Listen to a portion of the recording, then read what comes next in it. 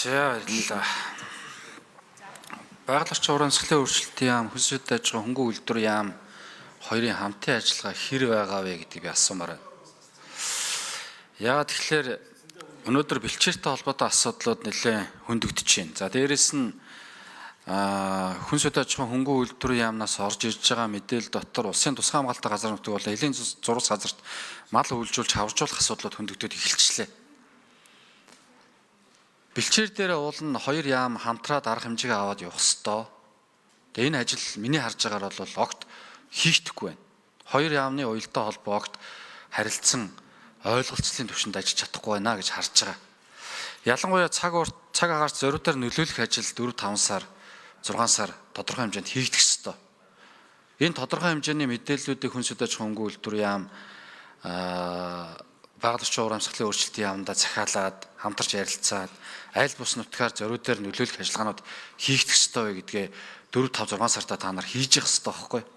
Тэгээ энэ ажлууд ч огт хийгдэг үгээс улбаалаад сүүлийн 2 жилийн хугацаанд энэ бэлчээртэй холбоотой, гандтай холбоотой, зудтай холбоотой, өвс тэжээлийн бэлтгэл хангамжтай холбоотой асуудлууд хүндэрчлээ. Энийгээ яах вэ гэдгийг нэгдүгээр асуумаар. Хоёрдугаар байгаль орчин урамсгалын өөрчлөлтийн яам дээр бэлчээртэй холбоотой хүлэмжийн хялгарлыг бууруулахтай холбоотой олон төсөл хөтөлбөрүүд явж байгаа. Энэ дээр бол тодорхой хэмжээний малчтайг бас орлогожуулах хөтөлбөрүүч байгаа. 4 нүүдэг байсан бол 8 нүүчих. Тэгээ тодорхой хэмжээний төсөв мөнгийг олон улсын зах зээлээс босгоод авж байгаа. Аав гэдэг энэ систем 3 аймгийн нутаг дэвсгэр дамжаа явсан шүү дээ. Энэ байгаль орчин урамсгалын өөрчлөлтийн яам дээр хэр явж байгаа вэ? Цаашдаа улсын тусгай хамгаалалтын газар нутагтай холбоотой асуудал дээр байгаль орчин урамсгалын өөрчлөлтийн яам ямар бодлого барьж явах юм бэ? Одоо өвөлдөө гэлтгүү асуудлууд үүсээд эхэлчихлээ шүү дээ. 100 хүртэл бараг тусгай хамгаалалтын газар нутаг руу мал оруулъя гэдэг асуудлууд үүсчихлээ. Эхнээсээ буу шийдэмдээ хүрж явах шиг байна. Тэгээ энэ дээр яам маань ямар арга хэмжээ авч байгаа вэ гэдгийг би нэгдүгээр асуумаар байна.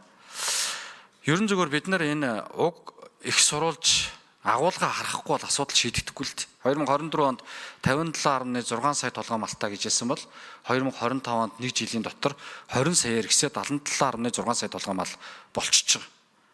Тэгээ хөдөө аж ахуйн яам маань энэ дээр ямар арга хэмжээ авах юм бэ? Ингээд автоматар өсөх бодлого нь яваад ах юм уу? Жил болгон 20 сая толгоогоор нэмэгдээд ах юм уу? Араас нь тэгээд бэлчээр хэцүүдлээ, ганц зуд боллоо, өвлжид хүндэрлээ гэд энэ асуудлуудаа мөнгөн дүнгээр нь шийдэх гээд ингээд цаашдаа үргэлжлүүлээд явах юм уу гэдгийг би хүнс үйл ажиллагаа хөнгөн үйлдвэр яамнаас асуумаар. За тэгээд дараа нь нийслэлээс асуулт асууя. 3 номер Жамбалсад наравд.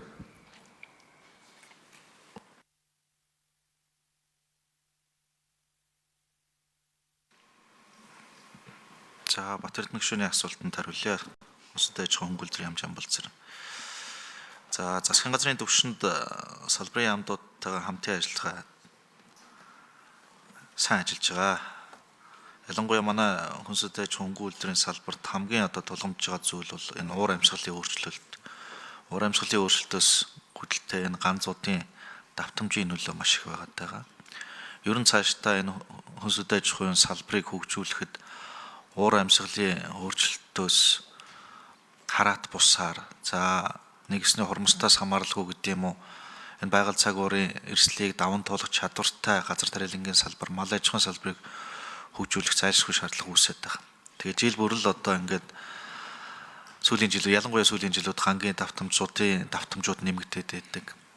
За байгаль цаг уур энэ бэлчээр тэжээлийн нөөц тур тунцны хэмжээ багасаад байдаг. Тухайн жилд нь мэргэжлийн байгууллагуудтайгаа хамтраад холбогдох тооцоо судалгааг нь гаргуулад эрсдлийн үнэлгээ хийгээд мэргэжлийн байгууллагуудаа санал дүгнэлтүүдээ гаргаж өгдөг. Тодорхой хэмжээний үүлэнд нөлөөлөх захиалгуудаа өгдөг. Харамсалтай нь бас байгаль цаг уур өөрөө энэ нөхцөлийг бүрдүүлэхэд бас тийм тааламжтай байхгүй байгаа. Ялангуяа энэ жилийн тухайд тариалангийн гол бүс нутгуудад ургац залдсан асуудлууд гарсан. Гангийн нэлээд өндөр гамттай байсан. Тухайн бүс нутгуудад одоо зориудаар нөлөөлөхгүй ч одоо үеийн хоримтлууд сайн бүрдэж өгөөгүй ийм нөхцөл байдлууд байгаа. Тэрнээс биш яг байгаль орчин уур амьсгалын өөрчлөлтийн яам, цаг уур орчны шинжилгээнийхээ газруудаа бид нар холбогдох тооцоо судалгаа хийгээ мэдээлэл солилцоод холбогдох арга хэмжээг аваад ажилтгаа гэдгийг хэлье. За яг л энэтэй адилхан энэ зуудын эрсдэл өнгөрсөн жил гээл тэгэхэд энэ манай зүүн бүсэд нэлээдгүй хэмжээний өндөр зуудын эрсдэлтэй байсан. малажчин салбарт одоо зөө бус хоригдлын хэмжээ 10 сая толгойд хүрсэн. Тэгээ сүүлийн нэг 3 жил бол энэ хөдөө аж ахуйн салбарын малын толгой бол нэг талдаа нийлээд сайн эдийн засгийн эргэлтэнд оруулж байна. Нөгөө талдаа байгаль өөрөө бас нийлээд толгойг бууруулахад нөлөө үзүүлж байна. Тэгэхээр жилдээ бид нар нэг 20 сая толгой төлөвлөж аваад эргэлтэнд оруулсан дүнтэйгээ нэг 70 орчим сая л одоо сүүлийн 3 жил 4 жил эргэлдээд байгаа. За энэ жилийн тухайд бид нар нэг 65.7 сая толгой мал өвчнө гэсэн тооцоо судалгаа гаргаж байгаа. Саяны танилцуулга дээр одоо нийтдээ нийт газар нутаг гэдэг ингээд авцгаар 20% нь өндөр эрсдэлтэй бүсэд хамаарчихж байгаа. Тэгэхээр баруун бүс дээрээ бид нар ямар хуу арга хэмжээ авах уу, яаж энэ зөв бус одоо хоригдлоос энэ мал аж ахуйн салбараа малчдынхаа амжиргааг хамгаалж авч явах гэдэг дээр л одоо гол тулгуурлаж ажиллаж байгаа. Ер нь бол энэ бичээрийн таацтай мал аж ахуйн салбарыг тохируулан өсгөж үржүүлэх мал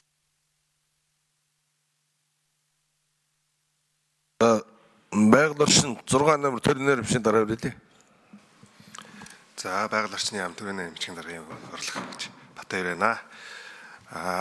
Бэлчээрийн хувьд бол тусгай хамгаалалтай газруудын хамрах хүрээ байгаль орчны нутагт нь үйлдэлд хүндэрсэн нөхцөлд мал бэлчээх асуудлаар Улсын онцгой комисс болон хөдөө аж ахуйн яамнаас ирсэн чиглэлийн дагуу 233,418 тоо малыг үйлжилт хавралжилт хийх мөн хадлан дижэл бэлтгэх чиглэлээр чиглэл өгж ажиллаж байгаа. Гэхдээ энэ маань бас манай тусгай хамгаалалтай газар нутагт амьдарж байгаа зэрлэг болон нэн ховорцсон амьтдын бас эзэж дижэл амьдрах нөхцөлтэй давхар бас уялдаа холбоотой байдаг учраас бид бас мэрэгжлийн байгууллагуудаас санал аваад ийм тоо гаргаад ажиллаж байгаа.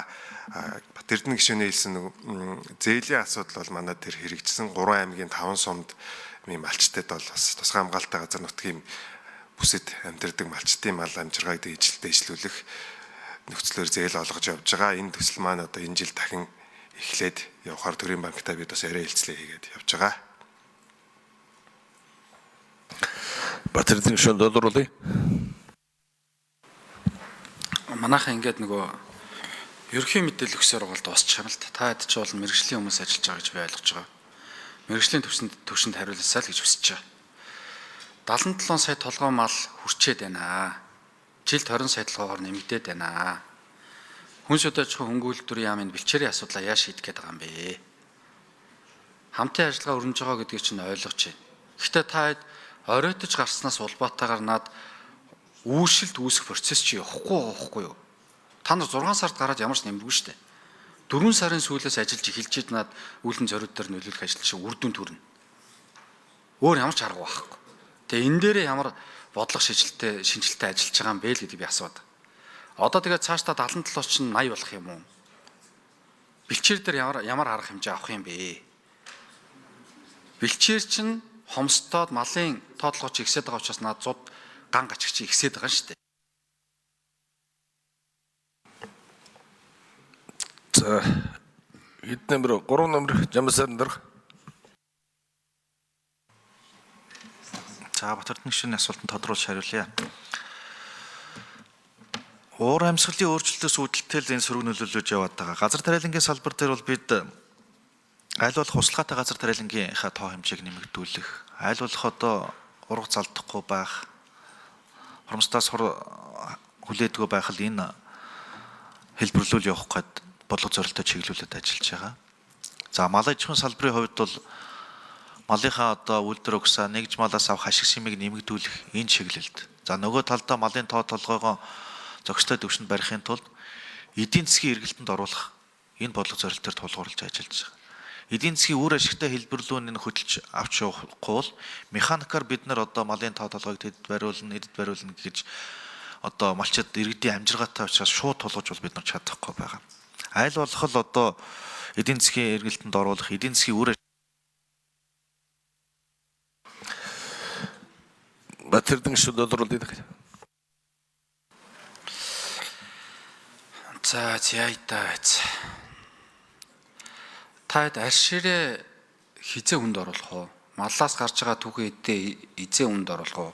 Хизээ бүсчилсэн хөгжлийн бодлого хөтөлбөрөөрөнд боловсруулах үйлдвэрүүдийг сумдад барих уу? Хизээ малчтыг нэмэлт орлоготой болгох уу?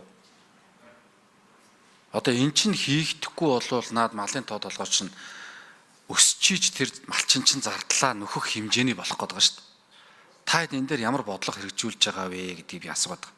Энийний чинь улбаа нь бэлчээр болоод бэлчээрээс чинь улбаатай нь уур амьсгалын өөрчлөлт болцоод байна. Даргаа. Уур амьсгалын өөрчлөлт гээд эзэн бийгүй юм руу чихээд их юм. Наа чинь тодорхой хэмжээнд зохицолгоог нь хийвэл бид нар бас хийх боломжтой шүү дээ. Орос Украины дайнтай холбогдуулаад Оросууд Сибирь дээр явдаг үйл зориудаар нөлөөлөх ажиллагаанууд чинь зогссон шүү дээ. Харьцангуй үйл орж ирдэг болцсон.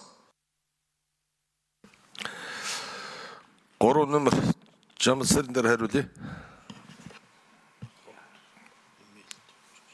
За малын гаралтай түүхэд бүтээгдэхүүнийг үн цэний нөхцөл нэмэгдүүлэх зорилготой Монгол Улсын ерөнхийлөгчийн санаачилсан цагаан алт гэдэг хөтөлбөр явуулж байгаа. За энэ маань өөрөө аж ахуйн нэгжүүдийн одоо боловсруулалт төвшин технологийн түвшнийг ахиулъя. Нэмэлт төвшин гэсэн бүтээгдэхүүн үйлдвэрлэлийнхаа тоо хэмжээг нэмэгдүүлье гэдэг ийм зорилт. За энэ хүрээнд Улаанбаатар хотод эмээлтийн үйлдвэр технологийн паркийн асуудал. За баруун бүсэд ховд үйлдвэр технологийн паркийн асуудал. За Дархан уул аймагт хөнгөн хүнсний үйлдвэр технологийн зохицолборын ингээд бүтээн байгуулалтын ажлууд эхлэж явж байна. За ховдын үйлдвэр технологийн паркийн бүтээн байгуулалтын ажил энэ онд дуусаад эргэжил ашиглалтанд орно. За нөгөө талдаа манай боловсруулах үйлдвэрлэлийн хүчин чадлууд бол бүрэн хүчин чадлаараа ажиллаж чадахгүй байгаа. Нөгөө талдаа бид